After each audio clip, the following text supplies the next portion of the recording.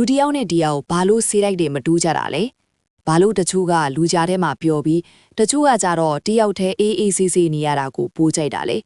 ဒါဟာရိုးရိုးနေမဟုတ်ပါဘူးတင်းရဲ့ဦးနှောင်းနဲ့ DNA ထဲမှာနည်းနည်းရှိုင်ရှိုင်ရေးထိုးထားတဲ့သိပ္ပံပညာရပ်တွေရှိနေလို့ပါစိတ်ပညာရှင်တွေဟာလူစီအိုက်ကို Big 5 လို့ခေါ်တဲ့အဓိကအချက်၅ချက်နဲ့တိုင်တာလေးရှိပါတယ်အသည့်အစမ်းတွေကိုစမ်းသပ်ခြင်းစိတ် openness စီကံစနစ်ကြမှု consciousness ပေါင်းတင်ဆက်ဆံရေးကောင်းမှု extraversion တစ်ဖက်သားအပေါင်းနားလည်ပေးနိုင်မှု agreeableness နဲ့စိတ်ခံစားမှုကိုထိန်းချုပ်နိုင်စွမ်း neuroticism လို့ပဲဖြစ်ပါတယ်ဒီအချက်တွေပေါင်းစပ်လိုက်တဲ့အခါတင်းရဲ့တီးခြားဖြစ်တည်မှုဆိုတာဖြစ်လာတာပါဒါပေမဲ့ဒါတွေကဘေကလာတာလေသိပ္ပံပညာရပ်တင်းစရိုက်ရဲ့90%လောက်ဟာမျိုးရိုးဗီဇ DNA ကနေပါလာတာပါ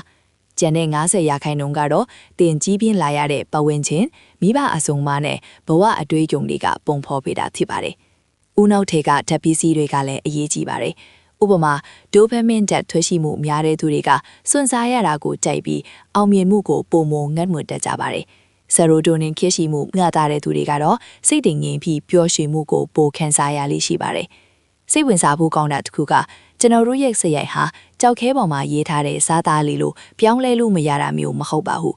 neuroplasticity လို့ခေါ်တဲ့သိပ္ပံနည်းလမ်းအရကျွန်တော်တို့ရဲ့အပြုအမူတွေကိုအလေးအကျင့်သစ်တွေနဲ့ပြောင်းလဲယူမယ်ဆိုရင်ဦးနှောက်ရဲ့ချိတ်ဆက်မှုတွေကလိုက်ပါပြောင်းလဲသွားတတ်ပါတယ်ဒါကြောင့်သင်ဟာဒေါသကြီးတဲ့သူဖြစ်ဖြစ်အရှက်ကြောက်ကြီးတဲ့သူဖြစ်ဖြစ်ဒါဟာသင်ရဲ့ထာဝရကံကြမ္မာမဟုတ်ပါဘူးသင်အကြောင်းသင်ပိုတီးလာတာနဲ့အမျှသင်ရဲ့စရိုက်ကိုပုံမကောင်းမွန်အောင်ထိန်းချောင်းနိုင်ပါပါ